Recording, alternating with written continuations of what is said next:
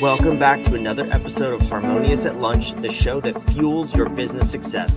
I'm Brandon Gano, your host and guide through the world of harmonious business growth. Today, we're unlocking powerful strategies with industry experts to help your business thrive. If you're a business owner, entrepreneur, or executive, you are in the right place. Join me and our incredible guest today on the journey to clarity, growth, and success. It is time to revolutionize your approach to business. Let's dive in with another episode of Harmonious at Lunch. Welcome back into some more bite-sized business advice. In today's episode, we're talking about selling the way your customers want to buy. It sounds kind of obvious, but are you doing it? I don't know. We're going to find out. We're going to peel back the curtain. I have a very special guest with me, Kristin Zhivago. Welcome to the show, and thank you for being here. Thanks. My pleasure. So when we talk about this topic of selling the way your customers want to buy, I think they want to buy for free, but I don't think that's what we're talking about here. Can you explain what you mean by selling the way your customers want to buy? Well, what's interesting about what you just said is one of the questions I ask when I interview customers is, what do you think is a fair price for this product or service? Or do you think their prices are fair? And they always come back. If I use the F-A-I-R word, they always have an answer that includes a profit margin. So interesting. So the basic premise. You said that was from the customer's perspective, right? Yep. Interesting. Yeah. The basic premise is, and you talked before we got online here, you talked about entrepreneurs overworked, CEOs having not enough hours in the day.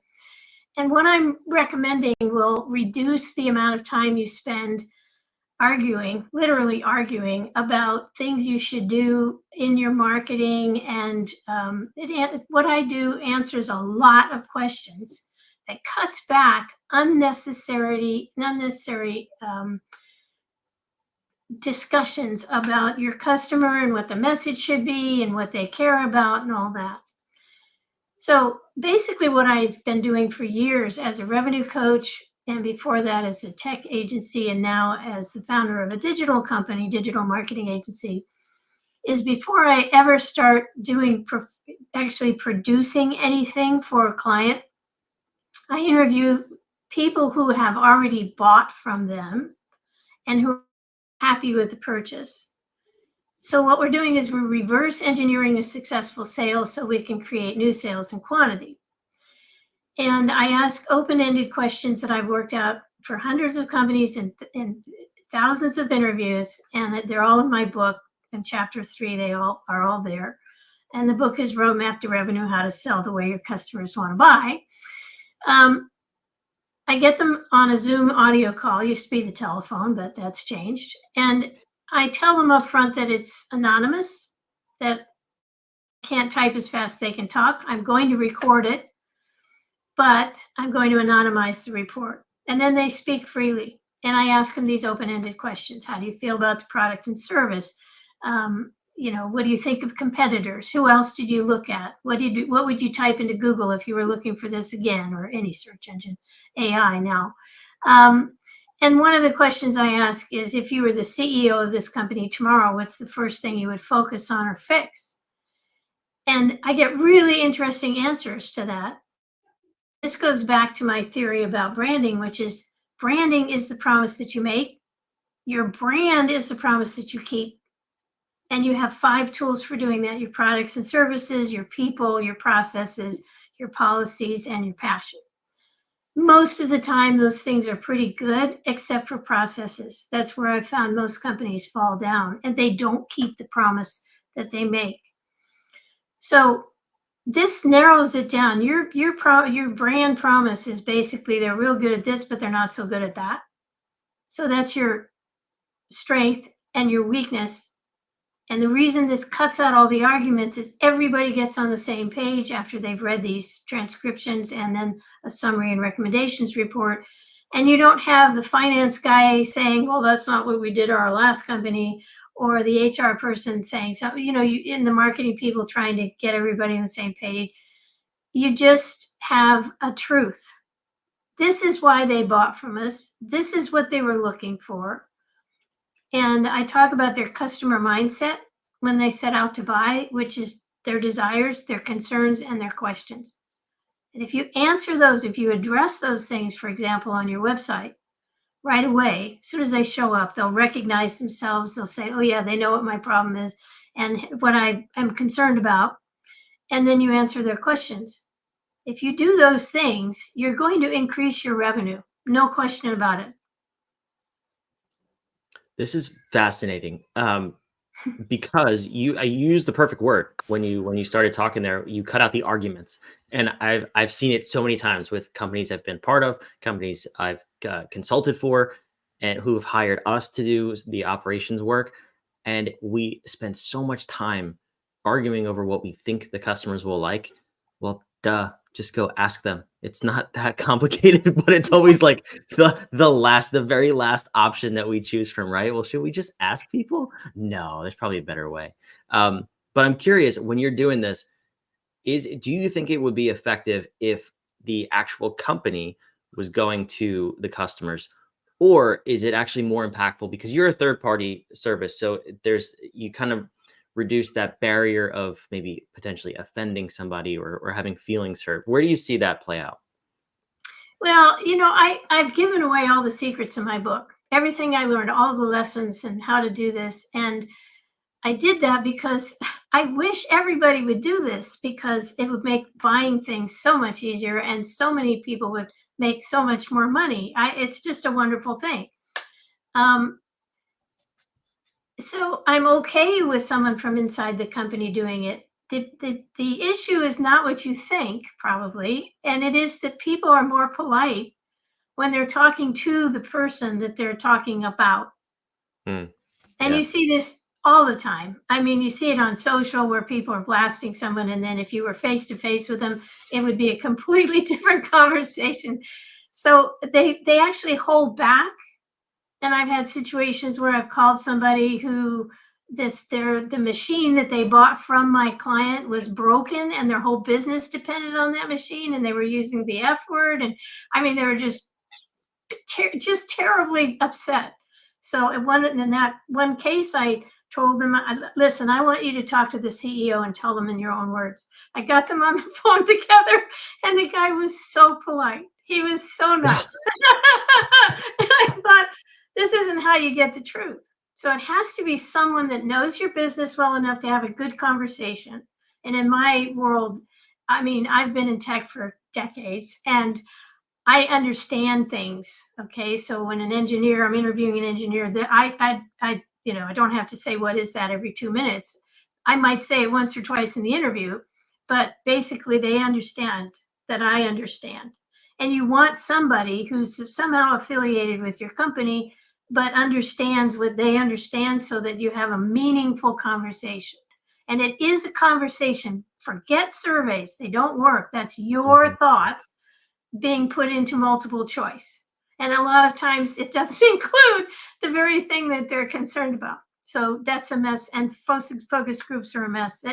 And I explain all this in the book. But this one-on-one, personal, open-ended conversation, you can ask additional questions. They can bring up things that you haven't even thought of. I've had that happen many times. And I just should add, the amazing thing about this is you can talk to 5 to 7 people of a given type.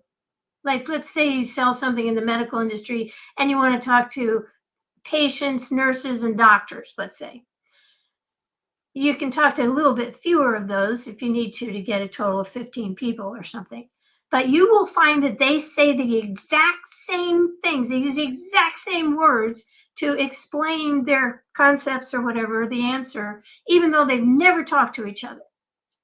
So you actually get bankable information, and it's just a big aha. I mean, I've done this with copywriters who, for the first time, interviewed the people they're writing to.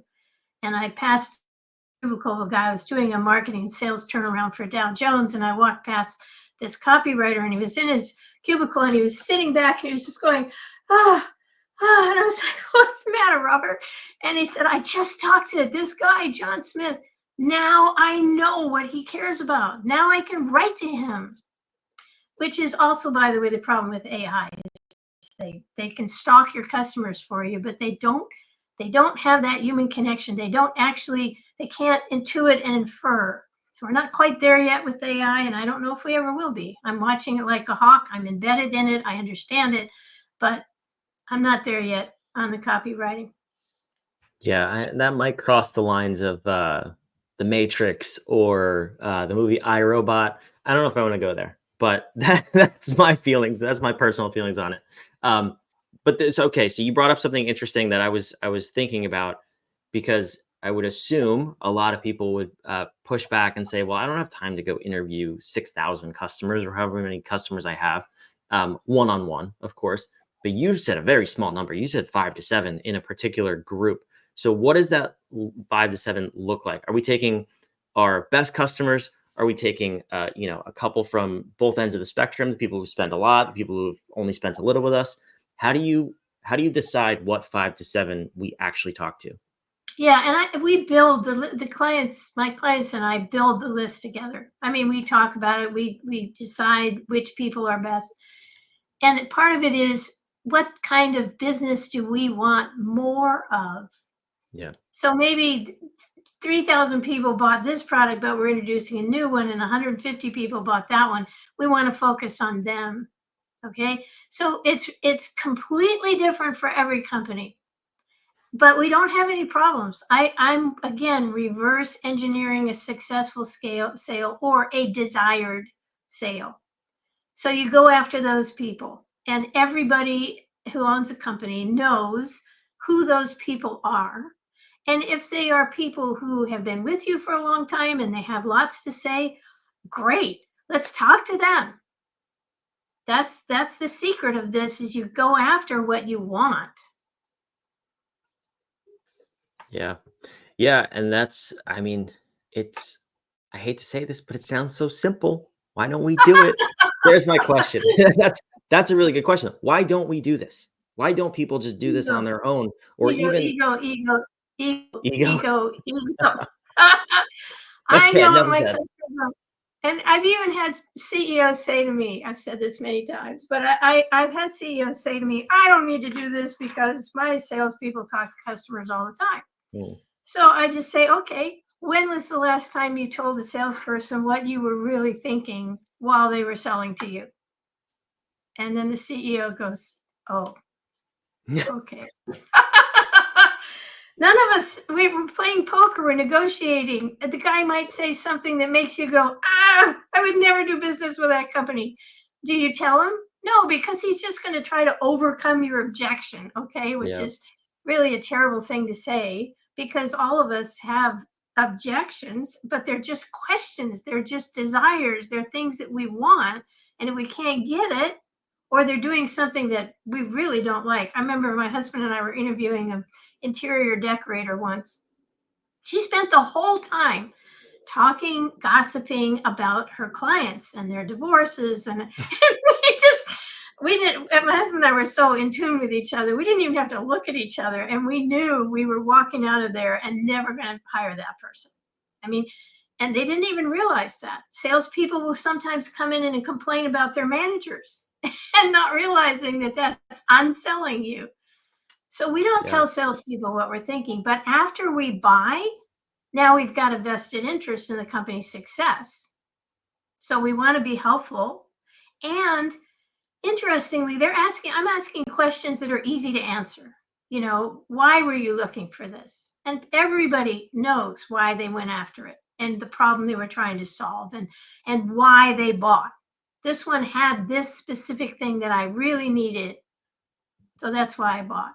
And that should be at the top of your website, not buried somewhere on page, the about page or something. Yeah. It teaches you to prioritize your messages, which is what most of the arguments are about. It's not just how we say it, it's what we say. And it's usually, for most companies, it's about 70% incorrect. Wow, that's a big number. I'm curious in that example though, with the interior designer. I don't know if you would be an ideal fit for that company. Let's say you were. Do you ever approach customers who did not buy, whose salespeople said, actually, Kristin would have been a great fit for our company. I'm not sure why she said no. Or is that juice not worth the squeeze? You only focus on the people that did buy. I've done that in all these interviews I've done. I've also talked to more people than I suggested. Siemens once hired me and they wanted me to talk to 40 tech people. And I was like, what a waste of money. I mean, I shouldn't do that for you. They insisted. So, okay, fine. So by the 10th conversation, it was perfectly obvious what the issues were, why they bought and all that. So I started giving them their money's worth by finishing the whole interview at the very end saying, a couple of other people have mentioned X. What's your thought on that? And I got additional information out of them, but honestly, the work had been done with the 5 to 7 people. So what was your question again? I have to go back to that. It was, do you ever talk to the people who said no, Yes. who a company or salesperson could have identified as potentially a good fit? Yeah. Sorry. I have, and it didn't teach me anything that was usable. Because again, you want to duplicate the successful sales. And here's the interesting thing. People who have bought will say to you, well, I almost didn't buy because of X. But, just think about it. When you look at Amazon reviews, there might be 100 people and 10 of them say 1 star, no way, Jose. And maybe it's because it was damaged or whatever, but it's something that doesn't matter to you that much. And you're willing to go ahead and make the order because you think, it's not going to happen to me, or I don't care about that particular function.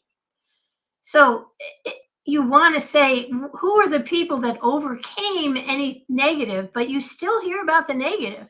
They'll still say, your salesperson really blew it because when I did this and asked that, he danced around it. He didn't tell me. I keep saying he, but there's a lot of female salespeople, including me. I'm a recovering salesperson, I always say.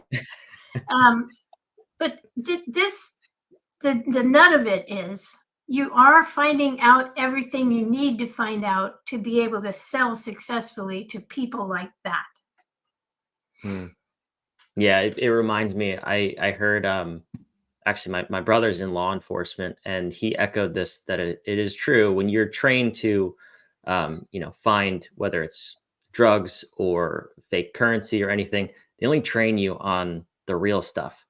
So they only show you real currency, real drugs, so that when you spot something that is fake, it just feels wrong, but you can't pinpoint why it's wrong. So it's not exactly the overlap, but it's the same principle, right? You want to find out what people, you want to duplicate the things that made people buy, and then the other stuff will naturally fade away. So I hear what you're saying. That's great advice. And there's a whole lot more to cover, I assume, because figuring out why people buy is one thing. Duplicating that and making it a process to move forward with is an entirely different phase that we did not cover. You said all of these questions can be found in your book.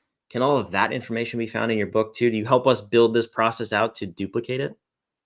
Yes, in the sense that I believe there are 4 types of products and services in the world based on the amount of scrutiny that the person applies to the purchase. So there's light scrutiny, cheap stuff, buy it, impulse purchase.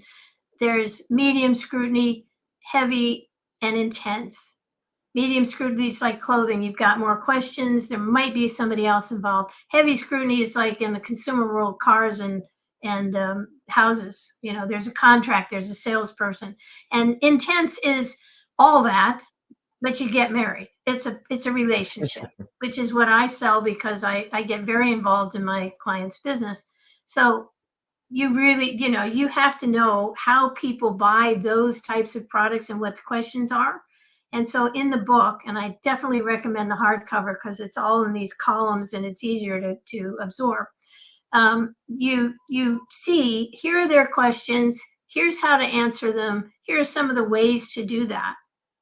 And honestly, I wrote this book in 2011, but I've been in the tech business so long, I knew how to write it so it would still be relevant now. And it still is. It shocks me. We did an audio version and I basically relived the book. And it's right on target. Obviously, AI is this big tsunami that's coming through and changing everything. So, yes, there's different things. But the way people buy certain types of products and services, believe it or not, except for some channels like where you promote them and so on, doesn't change that much. The essence of the buying process doesn't change that much.